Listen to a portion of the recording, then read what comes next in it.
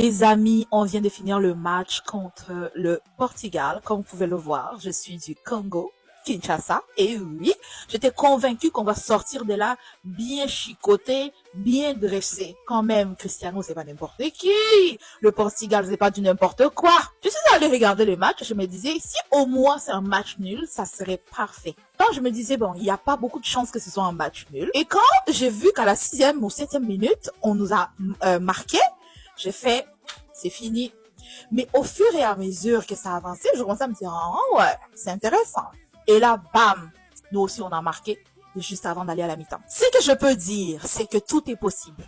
Peu importe la taille de ton adversaire, peu importe la taille de tes problèmes, peu importe la taille de ce qui te fraye ou te fait peur, vas-y, fonce. Quand c'est bien, faut le dire. Quand c'est beau, il faut le dire.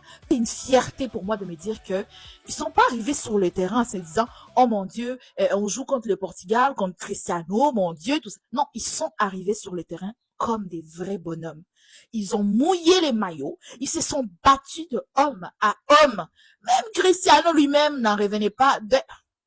Il s'est dit, mais je pensais que ça allait être donné facile quand même. C'est moi, c'est Cristiano. Puis à un moment donné, il suait, il transpirait, il ne croyait pas ses yeux. Eh ben oui, messieurs, il fallait pas nous sous-estimer. Hmm.